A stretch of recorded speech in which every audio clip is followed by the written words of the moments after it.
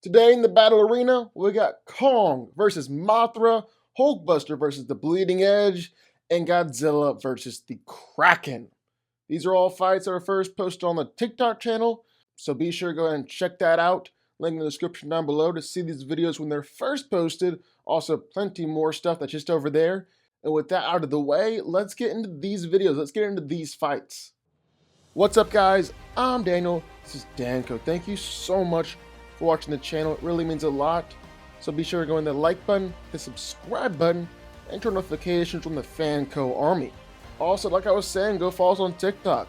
Link in the description down below. Also, be sure to sign off in the comments down below for any future videos that you would love to see. Now let's get into these fights. Today in the battle arena, we got two giant monsters going at it. King Kong versus Mothra. They're Godzilla's two friends, but who would win in a fight between the two? Well, let's find out.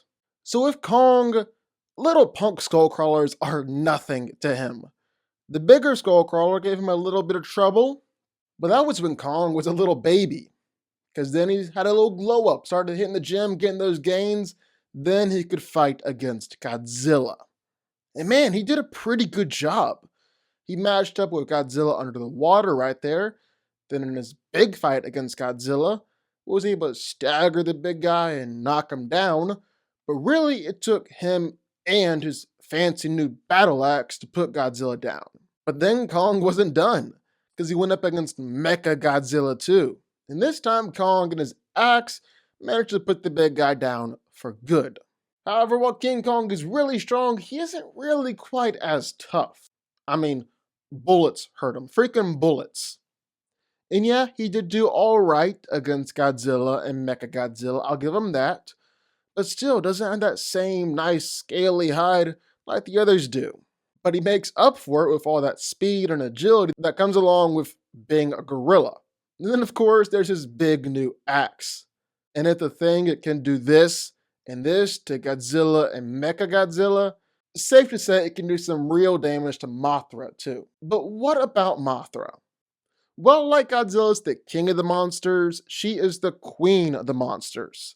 She's strong enough to go on and fight against Rodan, but it didn't really do a ton, because Rodan was definitely overpowering her, literally burning her alive.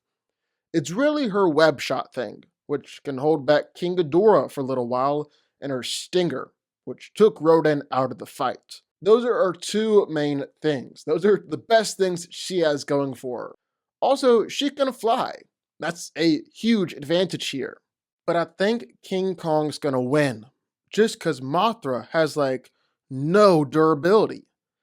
Kong gets his hands on her and she is done. Mothra is best at supporting Godzilla or keeping at a range or something. But in a one-on-one fight, I'm taking Kong every single time. Kong wins. Yeah, Kong with his axe, he's an alpha titan. He's not on par, but he should be in the same alpha class with like Godzilla and King Ghidorah. And I guess technically Mechagodzilla, I guess the humans made one. Well, Mothra is a great supporting monster. She's the queen of the monster. She's not quite like an alpha titan herself. I mean, Rodan was kind of beating her up before she won that fight. My question is, though, do you think Kong as a baby could beat Mothra? Because Mothra was essentially a baby in that movie as well. I mean, she hatched, turned into Mothra all in the same movie. She was not very old. And I don't think he can. I mean, Mothra for little web things were holding down Ghidorah's head. She did beat Rodan. Like, I don't think little baby Kong could do it. So yeah, Adult Kong, Alpha Kong wins the fight. Baby Kong, I don't think so. I think Mothra wins that one. Anyways, now let's go into HulkBuster versus Bleeding Edge. Today in the battle arena, we got two Iron Man armors going head to head. The HulkBuster versus Bleeding Edge. So who wins? Well, let's find out. So the HulkBuster was obviously designed to beat the Hulk, to bust the Hulk. And so it's strong enough to go up against the Hulk. Not quite on par with Hulk, but can knock him around, beat him up a little bit, and then fight against Cole Obsidian. also tough enough to take attacks from Hulk and attacks from Cole Obsidian. Even if its arms got ripped off or something, well, the HulkBuster can just summon more down from the sky. So that's HulkBuster. It can fight against the Hulk. Guess technically you could say it beat the Hulk. And then there's Bleeding Edge. It's strong enough to fight against Cole Obsidian too. But the kicker is that it's able to fight against Thanos. And like, sure, Thanos beat Iron Man there, but Hulk is nothing compared to this guy. Thanos is on a whole other level. Bleeding Edge is also tough enough to take attacks from Thanos. Take punches, Power Stone Blast, the works. Take it all. On top of that, Bleeding Edge can pretty much just auto-heal with its nanobots, while the HulkBuster has to get help from up above in order to repair itself. But the biggest advantage for Bleeding Edge here is how much faster and more agile it is compared to the big and clunky HulkBuster. And on top of that, it can create any weapon that Tony wants. Big ol' repulsor blasts, lasers, energy swords, shields, missiles, whatever. I think that's the biggest thing here. They're roughly just as strong and as tough, but Bleeding Edge is way faster and way more technically advanced. There's a reason the Russo brothers said it was the most powerful Iron Man suit. Bleeding Edge wins. So if you want to say HulkBuster wins this fight, then you really gotta lean into the fight between Cole Obsidian and the HulkBuster and Bleeding Edge and Cole Obsidian, because Cole Obsidian fought both. And he did a lot better against Bleeding Edge, it looks like. I mean, HulkBuster and Bruce killed him.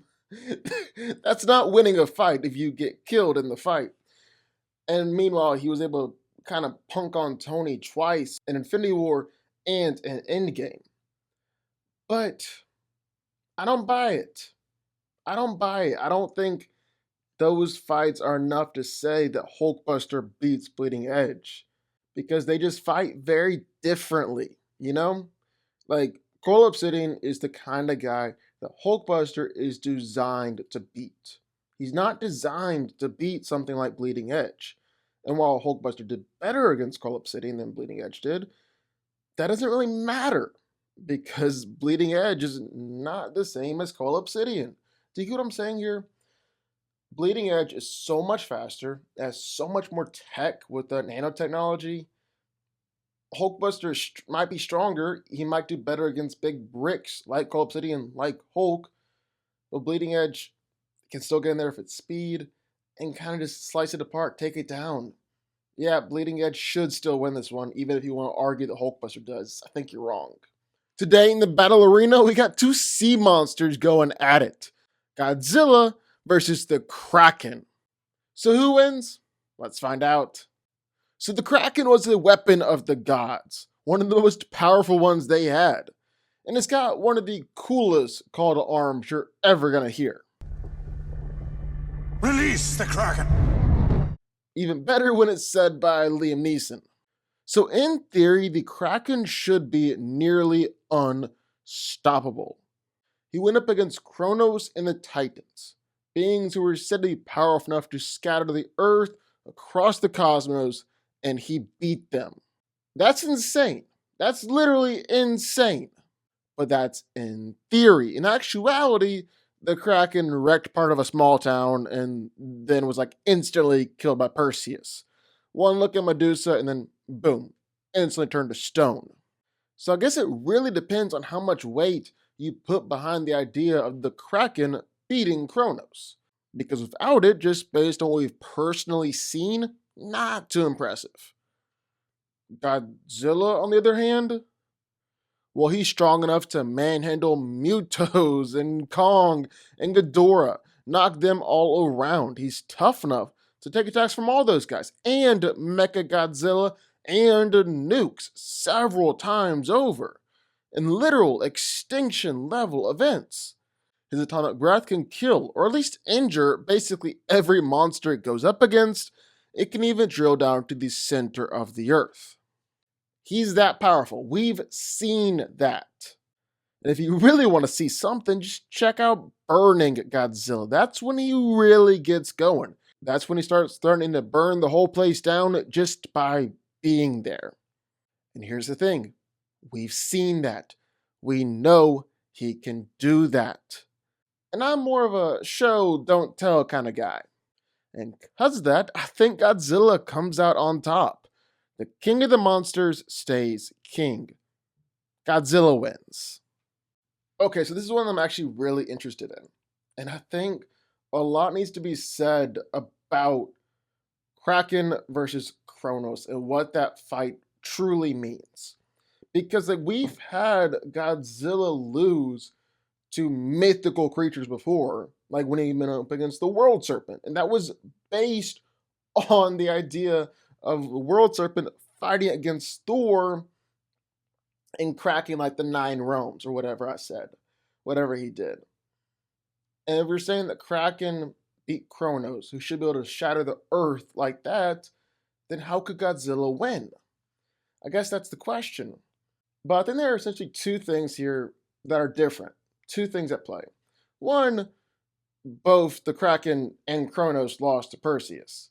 I'm not doing that to diss on Perseus. I think he's awesome. I think that's great to end world-ending threats. But he did it essentially through technicalities, like a Medusa's head. That leads into a bigger picture of how did the Kraken beat Kronos? Did the Kraken have the gods' help to beat Kronos? What happened in that fight? And you can't just assume, because assumptions are not feats. Second thing is like going back to the World Serpent. With the World Serpent, we saw him do stuff that scaled to the idea of being able to fight against Thor and shatter the 9 realms, or shake the 9 realms, like beating that giant, beating the giant, and stuff like that, and fighting against Balder. And I'm sure we'll see more in God of War Ragnarok. We didn't see that with the Kraken. The Kraken destroyed part of a small town. That was it. And if we're basing off of that, basing off of what we saw, and we can't just assume what happened in the fight with Kronos, that's how Godzilla comes into play. That's how Godzilla wins. So yeah, that's where my logic is with that one. But what do y'all think? Sound off in the comments down below. Who do you think wins all these fights? Kong versus Mothra, HulkBuster versus Bleeding Edge, and Godzilla versus the Kraken? Sound out down below. Also, be sure that like button, subscribe button, turn notifications on the DanCo army, and I will see y'all next time.